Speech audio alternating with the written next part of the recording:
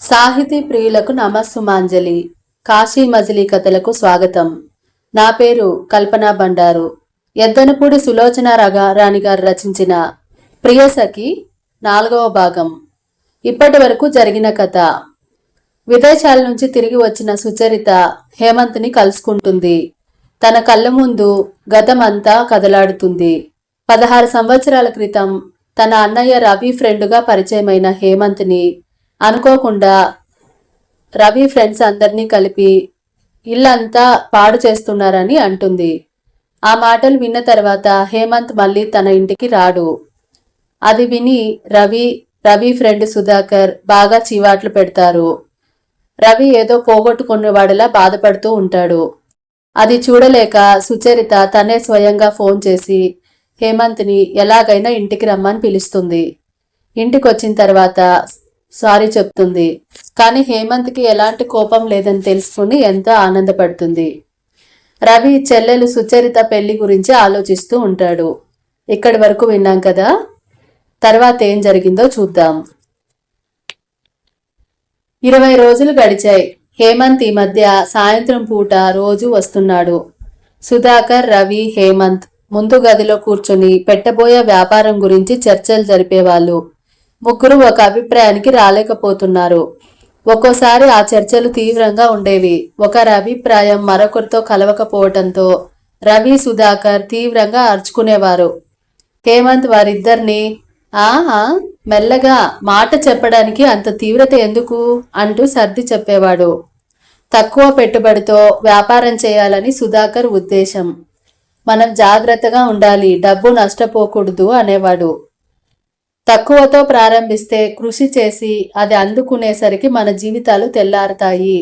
కష్టమో నిష్ఠూరమో రిస్క్ తీసుకుని పెద్దగానే ప్రారంభించాలి. మార్కెట్లో ప్రవేశించటమే ఏకంగా దూసుకు వచ్చినట్టుగా అందరి గుర్తింపు వచ్చేట్టు చేసేయాలి అనేవాడు రవి. అది చాలా రిస్క్ అనేవాడు సుధాకర్ గట్టిగా. అసలు బిజినెస్లోకి దిగటమే రిస్కు, దానికి భయపడితే అసలు వాటి జోలికే వెళ్ళకూడదు అన్నాడు రవి. హేమంత్ ఇద్దరి వాదన ప్రశాంతంగా విన్నాడు. ఇద్దరిని చూస్తూ చెప్పాడు, చూడు, సుధాకర్ చెప్పినట్టు తక్కువ పెట్టుబడితో ప్రారంభిస్తే ఫలితానికి ఎక్కువ టైం వెయిట్ చేయాలి. ఎక్కువగా పెట్టుబడిలో దిగితే డబ్బు రిస్క్ ఎక్కువ. ఈ రెండు ఆలోచించాల్సిన పాయింట్లే. అసలు ఈ రెండింటికి మధ్య మార్గం మనకేదైనా దొరుకుతుందా అని ఆలోచిస్తున్నాను. సుధాకర్ విసుగ్గా చూశాడు. అసలు ఇంత డబ్బు పోసి ఈ ఇంజనీరింగ్ చదవటమే శుద్ధ దండగా అనిపిస్తోంది నాకు. పరీక్షలు పాస్ అయి మనం చేసేదేముంది? హాయిగా ఇప్పుడు ఒక కిల్లి కొట్టు పెట్టుకుంటే పోతుందేమో. అంత చదువులు చదివి మా మీద పోటీకి వచ్చారటయ్యా మీరు, సిగ్గులేదా మీకు అని ఆ లైన్లో ఉన్న వాళ్ళు తిడతారు. ఏమో, కిల్లి కొట్టు పెడితే బాగా లాభాలు తెచ్చుకొని తర్వాత తమలపాకుల తోటనే కొనుక్కోవచ్చునేమో అన్నాడు సుధాకర్. రవి విసుగ్గా తల తిప్పాడు. సుధాకర్ బాధపడుతూ, ఉద్యోగం ఇలా దొరకదని తెలిస్తే నేను చచ్చినా ఇన్నేళ్లు ఈ చదువు చదివేవాడినే కాదు. అది చాలా తప్పు ఆలోచన. చదువు విలువని ఉద్యోగం దొరకనంత మాత్రాన తీసేయకూడదు. ఆ చదువు ఆధారంగా నువ్వు స్వయంగా ఏమైనా చేయగలవా అని ఆలోచించగలగాలి. మన దేశంలో అది కుదరదుగా. అలా చేయాలన్నా డబ్బు కావాలి, పరపతి కావాలి అన్నాడు రవి. ఆ రెండూ ఉంటే హాయిగా ఉద్యోగమే చేసుకోవచ్చుగా అన్నాడు సుధాకర్. ఉద్యోగం వచ్చినా సుఖం లేదు, అందులో ఎదుగుదల ఉండదు. వ్యక్తిత్వాన్ని అంచుకోవాలి, జీవితం యాంత్రికంగా అవుతుంది. సొంత బిజినెస్ ఏర్పరచుకోవటంలో రిస్క్ చాలా ఉన్నా థ్రిల్ కూడా ఎంతో ఉంటుంది. ప్రతిదీ మన స్వయం కృతం. బాధ్యతతో పాటు ఆనందం కూడా ఉంటుంది. కృషి కొద్దీ భవిష్యత్ పెరుగుతుంది అన్నాడు హేమంత్. నీ దృక్పథం నాకు నచ్చింది హేమంత్ అన్నాడు రవి. మనం అనుకున్న ప్రకారం జీవితం జరగదు అన్నాడు సుధాకర్. మనం త్వరగా ఏదో నిర్ణయానికి వస్తే బాగుంటుంది అన్నాడు హేమంత్. నా బాధ కూడా అదే అన్నాడు సుధాకర్. సుచి, 3 టీలు తల్లి, రవి కేక పెట్టి చెప్పాడు. వస్తున్నా అన్నయ్య. రవి ప్యాంట్లు షర్ట్లు ఇస్త్రీ చేస్తున్న సుచరిత జవాబు ఇచ్చింది. చేస్తున్న పని ఆపి వంటింట్లోకి వెళ్ళి టీ కలిపి 3 కప్పుల్లో తెచ్చింది. సుచరిత ముందు గదిలోకి వచ్చేసరికి హేమంత్ కిటికీ దగ్గర నిలబడి బయటకి చూస్తూ సీరియస్గా ఏదో ఆలోచిస్తున్నాడు. సుచరిత టీ అనగానే ఇటు తిరిగి చూశాడు. సుచరిత టీ కప్పు అందించింది. I badly need loan, thank you అన్నాడు. రవి కుర్చీలో వెనక్కి చెరగిలబడి కళ్ళు బారచాపుకుని కూర్చుని ముఖం ఎత్తి కళ్ళు మూసుకుని నుదురు చిట్లించి దేని గురించో దీర్ఘంగా ఆలోచిస్తున్నాడు. అన్నయ్య, టీ అంది. అతను ఉలికిపాటుగా కళ్ళు తెరిచి సరిగ్గా కూర్చొని తీసుకుంటూ అప్పుడే తీసుకొచ్చేసావా అంటూ తీసుకున్నాడు. టేబుల్ ఎక్కి కూర్చొని కాళ్ళు ఊపుతున్న సుధాకర్ టీ తీసుకుంటూ ఆగిపోయిన ఆలోచనలకి ఇది ఫుయ్యలన్నమాట. కాస్త వేడివేడి టీ పొట్టలో పడితే బుర్రలో నరాలు మళ్ళా చురుగ్గా పనిచేస్తాయి అన్నాడు. సుచరిత మౌనంగా అక్కడి నుంచి వెళ్ళిపోయింది. అత్తయ్యకి కీళ్ళ నొప్పులు బాగా ఉండటంతో ట్వాంకిలైజర్స్ ఇవ్వడంతో మత్తుగా పడుకొని ఉంది. ఇంట్లో ఆవిడ అరుపులు వినిపించకపోతే ఏమిటోగానే ఉంది. సుచరిత ఇస్త్రీ చేస్తూ ఆలోచిస్తోంది. అన్నయ్య వాళ్ళు బాగా చదివి ఫస్ట్న పాస్ అయ్యారు. అయినా సరే వారి భవిష్యత్తుకి ఒక తీరం కనిపించటం లేదు. ఈ 10-15 రోజుల నుంచి వారి చర్చలు వింటోంది. వారి బాధ అర్థమవుతుంది. ఏదో చేయాలనే తపన, ముఖ్యంగా డబ్బు సంపాదన కావాలి. అది లేకపోతే జీవితాలు ఆగిపోతాయి. తనకి ఆ దిగుళ్ళు బాధలు ఏమీ లేవు. అన్నయ్య ఒక్కోసారి అంటాడు, ఆడపిల్లగా పుట్టటమే ఈ రోజుల్లో అదృష్టమేమో అనిపిస్తుంది. చక్కగా చదువుకోవటం, మంచి వ్యక్తిని చూసి పెళ్లి చేసుకుంటే జీవితంలో బాధ్యతలన్నీ అతనే చూసుకుంటాడు. ఇది విన్న రాజమ్మ గారు, నా మొహం, ఆడబ్రతుకి కష్టాలు లేవా ఏమిటి? పిల్లల్ని కనటం పెంచటం మాటలా? 1000 జన్మలెత్తినంత కష్టం, చాకిరి.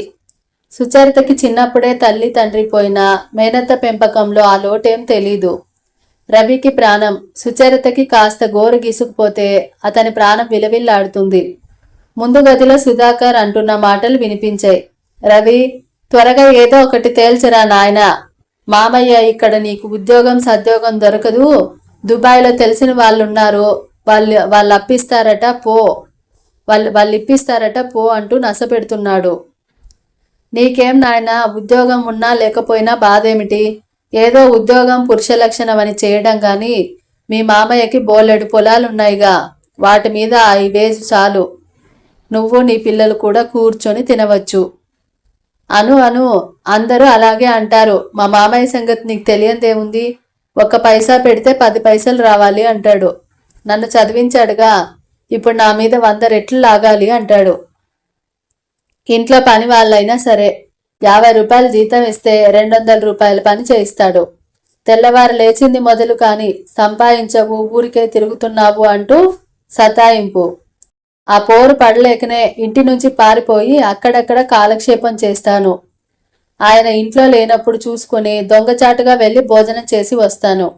నీకేం రవి, బంగారు తల్లి లాంటి చెల్లెలు, దేవత లాంటి అత్తయ్య. వాళ్ళు నువ్వు ఉద్యోగం చేసినా చేయకపోయినా ఏమీ అనరు.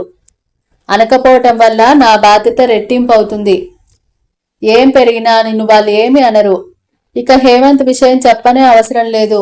ఉన్నవాళ్ళ అబ్బాయి, అతనికి ఉద్యోగాలు వ్యాపారాలు నథింగ్ అని కూడా మాకు ఒక పెద్ద మేడ ఉంది అన్నట్టు, కారు ఉంది అన్నట్టు, స్టేటస్ సింబల్. హేమంత్ నవ్వాడు. దూరం నుంచి చూసే వాళ్ళు అలా అని అనుకుంటారు. మోసే చెట్టుకు తెలుస్తుంది కాయల బరువు, తగిలే రాళ్ల దెబ్బల బాధ. అన్ని గుంబనగా తట్టుకోవాలి. నీకు బాధలున్నాయా అడిగాడు సుధాకర్. ఎందుకు లేవు? నా బాధలేమిటో నీలాంటి వాళ్ళకి అర్థం కావు. ఇన్కమ్ ట్యాక్స్ గొడవలు, అది ఒక ఊబి. మా నాన్న సంపాదించి ఇచ్చి వెళ్ళిన ఆస్తుల మీద అనేక రకాల దావాలు. మాది పాత సాంప్రదాయాల్ని పట్టుకుని వేలాడే కుటుంబం. మమ్మీకి ఖర్చులు తగ్గించటం చేత కాదు. మా అక్క కూడా అంతే. పేరు ప్రతిష్టలనేవి మనిషిని ఎంత ఒంటరిని చేస్తాయో అవి అనుభవించిన వారికే తెలుస్తుంది. అవును సుధాకర్, నాకు కూడా అనిపిస్తుంది. రవి చాలా అదృష్టవంతుడు. ప్రాణంగా మసిలే చెల్లెలు, వీళ్ళ మంచి కోసం పాకులాడే అత్తయ్య. ఈ ఇంట్లో అడుగుపెట్టిన తర్వాత గాని నాకు పేరు ప్రతిష్టలు లేని వాళ్ళు ఎంత సుఖంగా ఉంటారో అర్థం కాలేదు. మీరు ఏ పని చేసినా మిమ్మల్ని ఎవరూ పట్టించుకోరు. మేమేం పని చేసినా అందరూ 1000 కళ్ళతో గమనిస్తూ ఉంటారు. ఏది చేయబోయినా ఇంటి పేరు తండ్రి పేరుకి ఎక్కడ అగౌరవం రాకుండా జాగ్రత్త పడాలి. ఇంతలో పోస్ట్ అని కేక వినిపించింది. వాళ్ళు తిరిగి చూసే లోపల పోస్ట్ మ్యాన్ గిరాటు పెట్టి వెళ్ళిపోయిన కవర్ ఒకటి హేమంత్ కాళ్ళ దగ్గరికి వచ్చి పడింది. అతను వంగి తీశాడు. ఎక్కడి నుంచైనా ఇంటర్వ్యూకి రమ్మనమని కాదు గదా? రవికా నాకా? సుధాకర్ ఆతురతగా అడిగాడు. హేమంత్ కవర్ మీద అడ్రస్ చూశాడు. మీ ఇద్దరికి కాదు, ప్రియసకి సుచరితకి. హేమంత్ పేరు చదివాడు. ఓహో, అది రే రాసిన ఉత్తరం. ఆవిడ గారే సుచి పేరు ముందు అలా రాస్తుంది అన్నాడు సుధాకర్ నిరుత్సాహంగా చూస్తూ. ప్రియసకి సుచరిత, హేమంత్ మళ్ళీ అంటూ ఆ ఉత్తరం రవి చేతికిచ్చాడు. సుచి, రే దగ్గర నుంచి ఉత్తరం వచ్చింది. రవి కేక పెట్టాడు. సుచరిత పరిగెత్తుకు వచ్చింది. ఏది? ఇదిగో, చాలా బరువుగా ఉంది. సమాచారం చాలా ఉన్నట్టుందే. అరచేతిలో వెయిట్ చూస్తూ అన్నాడు రవి నవ్వుతూ. పో అన్నయ్య. సుచరిత ఉత్తరం తీసుకుని లోపలికి వెళ్ళింది. రే, అదేం పేరు అన్నాడు హేమంత్. రేణు, సుచరిత ఫ్రెండ్ అన్నాడు రవి. సుధాకర్ అన్నాడు. హేమంత్, ఇన్నాళ్ళు నేను మీ ఇల్లు మాధవరావు గారి అబ్బాయి అనే నీ ప్రతిష్ట, నీ కారు చూసి ఈర్షపడుతూ ఉండేవాడిని సుమా.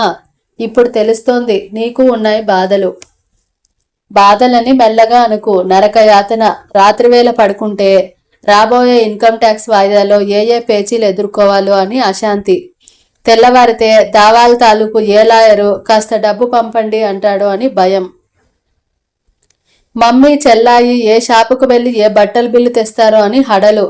ఇవన్నీ డబ్బు ధారాళంగా ఉంటే అంత బాధ అనిపించదు. ఇదే కాబోలు ఎంత చెట్టుకు అంత గాలి అంటారు అన్నాడు సుధాకర్.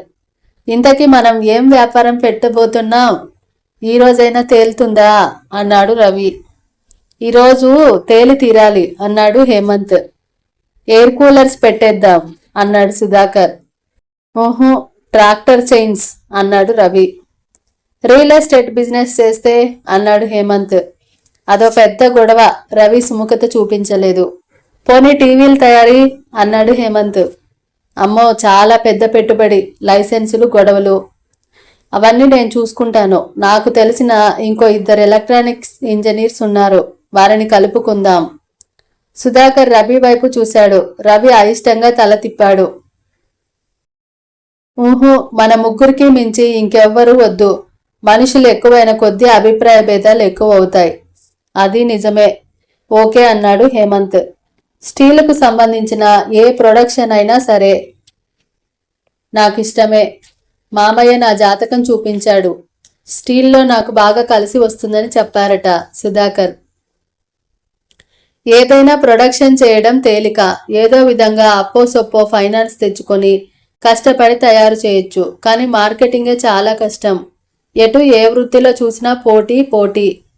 దాన్ని తట్టుకోవాలంటే ఏటికి ఎదురు ఈదినట్లా అనిపిస్తుంది అన్నాడు రవి నిస్పృహగా. హేమంత్ చెప్పాడు. రవి, దానికి కారణం ఏమిటో తెలుసా? బాగా డబ్బున్న వాళ్ళు, ఒక బిజినెస్లో లాభం సంపాదించిన వారు దానితో ఆగకుండా ఏ నష్టం చూపించుకోవటానికో ఇంకో వ్యాపారంలోకి వస్తున్నారు. ఉన్న వ్యాపారంలో నష్టం వస్తే మరొక దోవ ఆధారం ఉంటుందని కొందరు, లాభం వస్తే ఇందులో నష్టం చూపించి దాన్ని దక్కించుకోవచ్చని మరికొందరు ఉన్న వృత్తులతో పాటు వేరే వాటి వైపుకు వస్తున్నారు. ఉదాహరణకి బట్టల మిల్లు నడిపేవారు పత్రికా రంగంలోకి వచ్చి పేపర్లు పెడుతున్నారు. సినిమా రంగంలో ఉన్న వాళ్ళు మందుల కంపెనీ ప్రారంభిస్తున్నారు. నాకు తెలిసిన ఒక డాక్టర్ గారికి పెద్ద ప్రింటింగ్ ప్రెస్ ఉంది. దానివల్ల వారికి ఈ వ్యాపారాల్లో సంపాదించి బ్రతికి బట్ట కట్టాలని ఉండదు. అందుకని డబ్బు వెదజల్లి పబ్లిసిటీ మీద లక్షలు గుమ్మరించేస్తున్నారు. వారి వ్యాపారానికి బహుళ ప్రాచుర్యం వచ్చేస్తుంది. కష్టపడి అప్పులు చేసుకుని అదే జీవన సూత్రం అన్నట్టు ఆ వ్యాపారంలోనే బ్రతికే మరికొంతమందికి అది పెద్ద గొడ్డలు పెట్టి అవుతుంది. ఈ పోటీకి తట్టుకోలేక వారి జీవితాలు తల్లకిందులు అవుతాయి. ఇందులో ఎవరిని తప్పు పట్టే పని లేదు. ఎవరి అవసరాలు వాళ్ళవి. జీవితంలో ఎదురయ్యే ఈ సుడిగుండాల నుంచి తప్పించుకొని తనని తానుగా నిలదొక్కున్న వాడే అదృష్టవంతుడు. నా ఫ్రెండ్ ఒకతను మనతో పాటు చదివిన వాడే. శంకర్ స్వీట్ షాప్ పెట్టి దివాలా తీశాడు. తెలిసిన వాళ్ళందరూ మన శంకరం షాపే కదా అని తీసుకువెళ్లి డబ్బు తర్వాత ఇస్తామనేవారు. ఇతనికి మొహమాటం. 6 నెలల్లో అప్పులు పెరిగి షాపు అద్దె కూడా ఇవ్వలేని పరిస్థితి తెచ్చుకున్నాడు. అదే టీ స్టాల్ పెట్టి మా బాబాయి డ్రైవరు వట్టి ఇడ్లీ టీ పెట్టి బోలెడంత సంపాదించాడు. ఎవరి అదృష్టం వారిది. చూసారా చూసారా, నిన్న నేను జాతకం అదృష్టం అంటే నువ్వు రవి నన్ను తిట్టిపోశారు కదా అన్నాడు సుధాకర్. రవి నిట్టూర్చాడు. చివరికి ఏమీ చేయలేక, చాతగానితనం అని ఒప్పుకోలేక చివరికి అదే నమ్మాల్సి వస్తుంది. లేకపోతే మనిషికి అశాంతితో పిచ్చెక్కిపోతుంది అన్నాడు రవి. హేమంత్ కణతలు నొక్కుంటూ, నాకు తలనొప్పి వస్తోంది, మళ్ళీ మనకి ఏ వ్యాపారమో అసలు ఒక నిర్ణయం కుదరడం లేదు అన్నాడు. ఏం చేద్దాం, ఏది చూసినా ఏదో ఒక అవాంతరం, ఎదుర్కోలేని ఇబ్బందులు. కాలేజీలో సీటు వచ్చే వరకు అదొక భగీరథ ప్రయత్నం. ఎప్పుడెప్పుడు ఈ చదువు ముగిస్తుందా, జీవితాలు ఒక దారిన పడతాయా అని ఎదురు చూసి తీరా డిగ్రీలు చేత పట్టుకుంటే మళ్ళా అయోమయం, అంధకారం. దీనితోనే సతమతమవుతూ పుణ్యకాలం కాస్త గడిచిపోతే ఇక జీవితంలో మిగతా సరదాలు ఏం అనుభవిస్తాం? సుధాకర్ దిగులుగా అన్నాడు. సుచి, టీ! రవి కేక పెట్టాడు. హేమంత్ వారిస్తూ, వద్దు రవి, లే, అలా ఏ ట్యాంక్ బండ్ దగ్గర కూర్చొని మాట్లాడితే ఆ చల్లగాలికి కాస్త తలలో వేడైనా తగ్గుతుంది. బయటికి పోదాం పదా అన్నాడు. మనం బయటికి వెళ్తే మొన్నట్లా లేట్ అయి సుచి ఒక్కరితే ఉంటుందేమో అన్నాడు రవి సందేహంగా. తనను కూడా మనతో తీసుకెళ్దాం. ఏం హేమంత్, పాపం వచ్చినప్పటి నుంచి మన సేవలతోనే సరిపోతుంది, తననెక్కడికి తీసుకెళ్లటం లేదు అన్నాడు సుధాకర్. నాకేం అభ్యంతరం లేదు అన్నాడు హేమంత్. సుధాకర్ లోపలికి వచ్చి సుచరితను బయలుదేరమని చెప్పాడు. వంట చేయాలిగా అంది. వచ్చిన తర్వాత చేద్దులే గాని బయలుదేరు అన్నాడు రవి. సుచరిత 10 నిమిషాల్లో తయారై బయటకి వచ్చింది. అప్పటికే వాకిట్లో కారులో హేమంత్ స్టీరింగ్ దగ్గర రవి, సుధాకర్ వెనుక సీట్లో కూర్చుని వెయిట్ చేస్తున్నారు. సుచరిత అన్నగారి వైపు వెళ్తుంటే హేమంత్ చేయి చాచి ముందు డోరు తెరిచాడు. అన్నయ్య అంది సందేహంగా. కూర్చో సుచి అన్నాడు రవి. సుచరిత అన్నగారి మాట కాదనలేనట్టుగా ముందు సీట్లో కూర్చుంది. కారు స్టార్ట్ అయింది. హేమంత్ చేయి చాచి టేప్ ఆన్ చేశాడు. సితార వినిపించసాగింది. అబ్బా, చల్లగాలికి ప్రాణం హాయిగా ఉంది అన్నాడు సుధాకర్. బిజినెస్ ప్రారంభం కాగానే మొదట ఒక కారు కొందాం, రోజు తిరుగుదామా సుధాకర్ అన్నాడు హేమంత్ నవ్వుతూ. ఇక నెత్తిన గుడ్డే అన్నాడు సుధాకర్. అందరూ నవ్వారు. హేమంత్ డ్రైవ్ చేస్తున్న కారు స్లో అయింది. ఎదురుగా ఒక లారీ ఇటుకలు దింపుతోంది. బుద్ధి లేదు, రోడ్డు వీళ్ళ ప్రాపర్టీ అనుకుంటారు, కాస్త పక్కకి ఆపి దోవ ఉంచకూడదు? హేమంత్ విసుక్కుంటూ కారు హారన్ మోగించాడు. ఇటుకలు దింపే కార్యక్రమం అయిపోవస్తూ ఉండటంతో లారీ అతను లక్ష్య పెట్టలేదు. ఆగమని సైగ చేశాడు. హేమంత్ కారు ఆపి వెనక్కి అనుకుని కూర్చున్నాడు. ఇటుకలు ఎంత ముద్దు వస్తున్నాయో, ఏ యజమానికి ఇవి గోడలు కడుతున్నాయో కదా అన్నాడు సుధాకర్. అసలు వాటిలో గట్టితనమే లేదు, చూడు ఎలా విరిగిపోతున్నాయో, అంతా మోసమే అన్నాడు రవి. ఇటుకల్ని చూస్తున్న సుచరిత ఉత్సాహంగా, అన్నయ్య, మీరు ఇటుకల బట్టీలు ఎందుకు పెట్టుకోకూడదు అంది. పెట్టుకోవచ్చు, ఎందుకు పెట్టుకోకూడదు? గడ్డం మీద చేత్తో రాసుకుంటూ అన్నాడు హేమంత్ వాటిని తను కూడా చూస్తూ. ఇటుకలా, చి, ఇంత చదువు చదివి అన్నాడు సుధాకర్. చదువు చూపించి వాటిని తీసి పారేయకు, అది కూడా ఒక వ్యాపారమే అన్నాడు రవి. చాలా ముఖ్యమైన వ్యాపారం అన్నాడు హేమంత్. అవును, ఎక్కడ చూసినా కడుతున్న ఇల్లే కంటికి కనిపిస్తున్నాయి అంది సుచరిత. డిమాండ్ ఉన్న ప్రోడక్ట్ అన్నాడు హేమంత్. ముందు ఏదో ఒకటి డబ్బు కోసం ఆధారంగా వ్యాపారం ప్రారంభిస్తే తర్వాత ఇష్టమైన వ్యాపారం చేయవచ్చు అన్నాడు రవి. అవునవును, ఇటుక బట్టీలు పెట్టవచ్చు, తర్వాత నేను కావలసిన వ్యాపారం ప్రారంభిస్తాను, కలప వ్యాపారం ప్రారంభిస్తాను, తలుపులకి చెక్క సప్లై చేయవచ్చు రవి.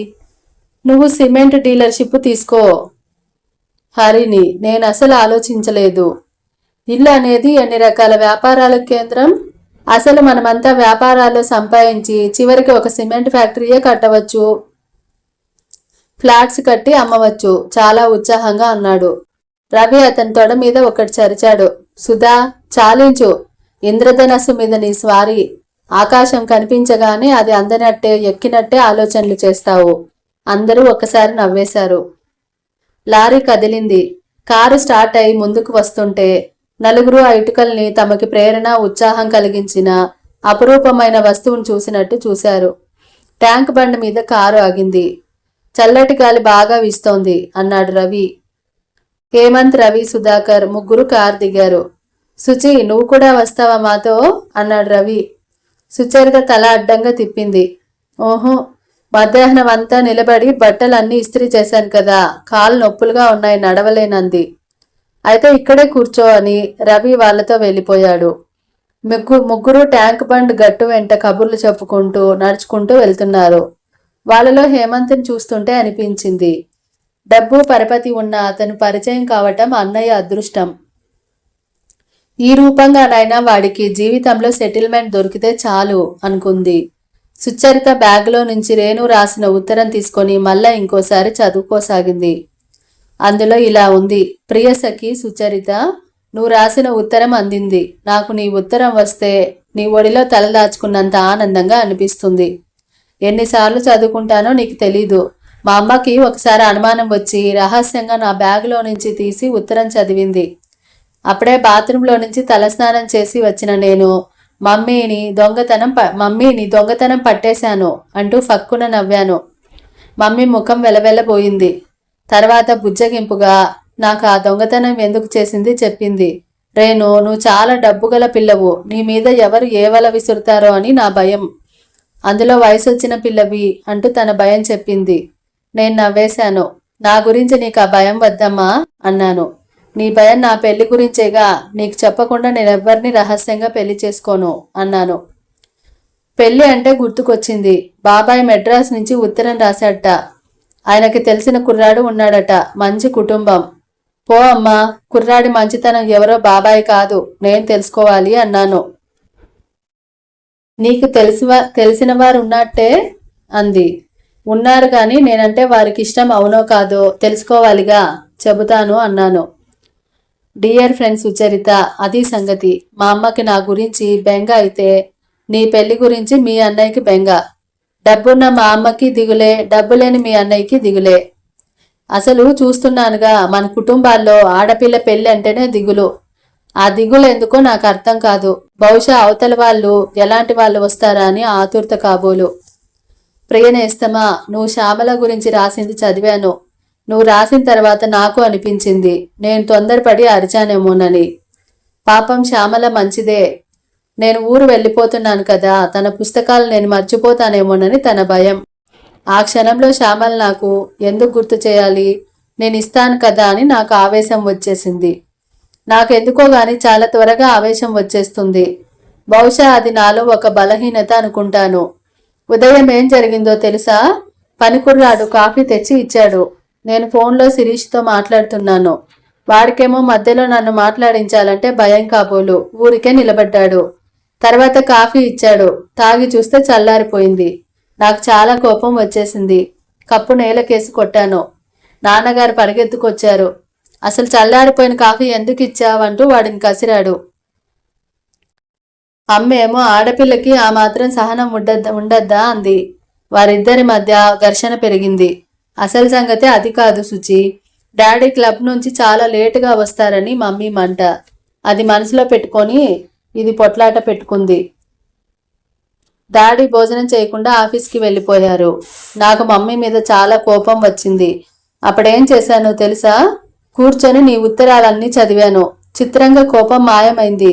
అప్పుడు కళ్ళు మూసుకొని కోపాన్ని తలుచుకొని దండం పెడుతూ, అమ్మా కోపిష్టి తల్లి, ఇన్నాళ్ళు నువ్వు నాకు ఒక సహచరిలా ఉంటూ వచ్చావు. ఇప్పుడు నాకు సుచరిత అనే ఒక ప్రియసఖి దొరికింది. ఆమెకు మనుషులు కోపంగా ఉంటే పడదు. నువ్వు నా దగ్గర ఉంటే తను నాకు దూరం అవుతుంది. కాబట్టి మా స్నేహం చెడగొట్టకు. సుచరితను నా నుంచి దూరం చేయకు. నన్ను వదిలి వెళ్ళిపో అంటూ ప్రార్థించాను. డియర్ సుచి, నీ స్నేహం పెరిగిన తర్వాత నేను నా కోపం చాలా తగ్గించుకోవటానికి ప్రయత్నం చేస్తున్నాను. శ్యామలకి క్షమార్పణ చెబుతూ ఉత్తరం రాశాను. నిన్న ఏం జరిగిందో తెలుసా? నిన్న ఈ ఊరికి బంధువుల ఇంట్లో పెళ్లి ఉంటే శ్యామల వచ్చింది. నన్ను చూడ్డానికి వాళ్ళ చెల్లెల్ని తీసుకొని వచ్చింది. శ్యామల చెల్లెలు శ్యామల కంటే బాగుంది. శ్యామల నా ఉత్తరం చూసి చాలా సంతోషపడ్డానని చెప్పింది. నీ గురించి అడిగింది. Suchi, good news. శ్యామలకి పెళ్లి ఖాయమైంది. సెప్టెంబర్లో పెళ్ళిట. తెలిసిన వాళ్ళ అబ్బాయేనట. చదువు ఆప్ చేస్తుందిట. పిల్లాడు గురించి చెబుతుంది. ఇంతలో ఏమైందంటే మా ఇంట్లో పిచ్చి మేళం ఉందిగా, మా అమ్మమ్మ ఎట్లా గది తలుపులు తెరుచుకొని బయటపడిందో వచ్చి మా మీద పడింది. నవ్వుతూ అరుస్తూ ఆవిడ వచ్చేసరికి శ్యామల చెల్లెలు హడలిపోయి బయటకి పారిపోయారు. నారుపులు విని మా అమ్మ పనికుర్రాడు వచ్చారు. ఆవిడ వాళ్ళకి ఓ పట్టాన లొంగలేదు. పనికుర్రాడు పట్టుకుని రెక్కలు విరిచి పట్టి లాక్కెళ్ళి గదిలో పడేసి తలుపులు వేశాడు. నాకు అప్పుడు చాలా కోపం వచ్చేసింది. అమ్మని తిట్టేశాను. ఆ పిచ్చిదాన్ని అసలు ఇంట్లో ఎందుకు ఉంచుతారు? హాస్పిటల్లో పారేయాలని డాడీ ఎన్నిసార్లు చెప్పారు. ఏమిటి ఇంట్లో ఈ శని అంటూ పెద్దగా అరిచేశాను. ఆవిడ నీకు అమ్మమ్మ, గౌరవం లేదటే, నీకు శని అంటావా అంటూ కొట్టడానికి వచ్చింది. శ్యామల చెల్లెలు మా పోట్లాట విని బిత్తరపోయారు. శ్యామల వెళ్ళి వస్తాను రేణు అనేసి వెళ్ళిపోయింది. నా ఉద్రేకం కాస్త తగ్గింది. నేను తల పట్టుకుని కూలబడ్డాను. అయితే ఈ కోపిష్టి తల్లి నన్ను వదిలి వెళ్ళలేదన్నమాట అనుకున్నాను. అది సంగతి. నాకు తెలుసు తల్లి. ఇది వినగానే నువ్వు ఏమని లెక్చర్ ఇస్తావో చెప్పనా? రేణు, తప్పు, చాలా తప్పు. పసిపిల్లల్ని, వృద్ధుల్ని, మతిస్థిమితం లేని వారిని, అనారోగ్యంగా ఉన్నవారిని, మొక్కల్ని, కుక్కల్ని చాలా ప్రేమతో ఆదరంగా చూడాలి అంటావు. అంతేనా? ఏం చేయను సుచి. నా చిన్నప్పటి నుంచి మా అమ్మమ్మ అంటే నాకు అదేమిటో అసహ్యం. ఒకసారి ఆవిడ చీర చింపి పీలికలు చేసుకుని మా నాన్న నాకు పాఠం చెప్తుంటే పరిగెత్తుకొచ్చింది. నగ్నంగా ఉన్న ఆవిడని చూడలేక నాన్న పేపర్ ముఖానికి అడ్డం పెట్టుకున్నారు. అప్పుడే హాస్పిటల్లో పడేయాలని పోట్లాడారు. అసలు మా అమ్మ నాన్నల పోట్లాటకి మా పిచ్చి అమ్మమ్మే కారణం. అమ్మది మరీ చాదిస్తాం. డాడీ చెబితే వినదు. ఆవిడని చూస్తే నాకు భయం. నీకు అసలు ఎప్పుడైనా భయం వేస్తుందా? నాకు అప్పుడప్పుడు చాలా భయం వేస్తుంది. ఎందుకో తెలీదు. నీతో కలిసి ఉంటే నాకు చాలా హాయిగా ఉంటుంది. అవును, మీ రవితేజ గారు ఎలా ఉన్నారు? నీకేం మా బంగారం లాంటి అన్నయ్య. రేణు, అందరూ డబ్బు అందం ఉందని నన్ను చూసి ఈర్ష్య పడతారు. నేనేమో నిన్ను చూసి ఈర్ష్య పెడతాను. నాకు ఒక అన్నయ్య ఉంటే ఎంత బాగుండేది అనిపిస్తుంది. ఈ మాట అన్నానని మీ అన్నయ్యకి చెప్పు. ప్రియసఖి, నీకు నేను పెట్టుకున్న ముద్దు పేరు. ఎంతో బాగుంది కదూ. హేమంత్ అనే అతని గురించి రాశావు కదూ.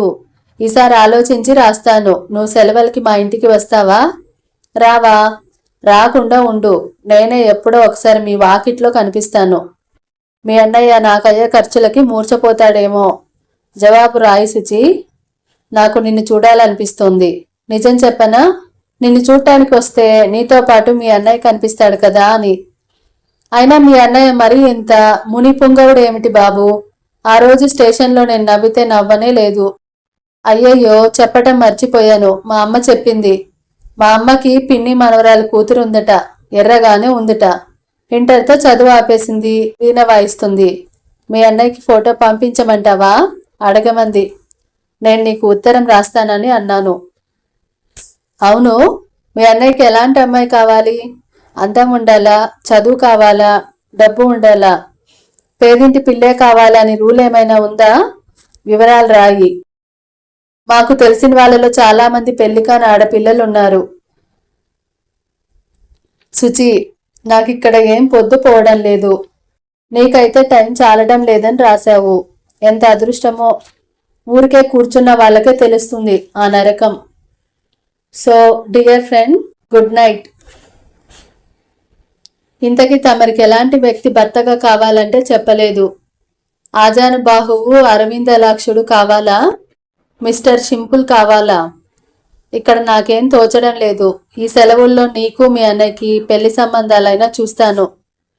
మీ అన్నయ్యతో చెప్పు, తను ఇష్టపడే అమ్మాయి కంటే తనని ఇష్టపడే వాళ్ళని చేసుకోమను. అది చాలా సుఖం. అతను నా మాట ఒప్పుకుంటే అతనంటే ఈ ప్రపంచంలో ఎవరెవరు ఇష్టపడేవారు ఉన్నారా అని ఇక వేటకి బయలుదేరుతాను నేను. ఇలా రాస్తుంటే భారతం అయిపోయేటట్టుంది. ఉంటాను సుచి. ఇక ఉత్తరం పొడిగించను. ప్రామిస్. ఈసారి నిజంగా గుడ్ నైట్. నీ ప్రేమకి పాత్రురాలైన ఒక అదృష్టవంతురాలు రే. సుచరిత ఆ ఉత్తరాన్ని చిరునవ్వుతో మళ్ళీ మళ్ళీ అక్కడక్కడ చదువుకుంటుంది. మధ్య మధ్యలో పరధ్యాసగా ఆలోచిస్తుంది. సుచి, ఏమిట్రా చీకటి పడింది, ఎలా చదువుతున్నావు అన్న మాటలు విని ఉలికిపాటుగా తలెత్తి చూసింది. ఎదురుగా రవి నిలబడి ఉన్నాడు. ఓ, నేను మీరు రావటం చూడలేదన్నయ్యా అంది ఉత్తరం గబగబా మడుస్తూ. ఏమిటమ్మా ఆ దస్తావేజు, మీరే రాసిన ఉత్తరమా అన్నాడు సుధాకర్ వెనుక సీట్లో కూర్చుంటూ. హేమంత్ వచ్చి పక్కన కూర్చున్నాడు. అవును అంది సుచరిత. ఇంతలో గాలి రివ్వున వీచింది. సుచరిత చేతిలో కాగితాలు చెదిరి హేమంత్ ఒడిలో అతని ఛాతి మీద పడినాయి. అరేరే, అతని ఒడిలో పడ్డవి తీస్తుంటే సుచరిత కంగారుగా అతని ఛాతి మీద పడిన కాగితం తీసుకోబోయింది. కాగితం గాలికి లేస్తుంటే హేమంత్ కూడా గుప్పెట్లో పట్టుకున్నాడు. ఆ ప్రయత్నంలో సుచరిత చెయ్యి అతని గుప్పెట్లోకి చిక్కి అతని ఛాతీ మీద ఆనింది. ఒక్క సెకండ్ ఇద్దరూ ఆగిపోయారు. సుచరిత చెయ్యి లాగేసుకుంది. అతని కాగితాలు సర్ది ఆమె చేతికి ఇచ్చాడు. రే లాగానే ఆమె ఉత్తరం కూడా అల్లరి చేస్తుందన్నమాట అన్నాడు సుధాకర్. రే అంటే అన్నాడు హేమంత్.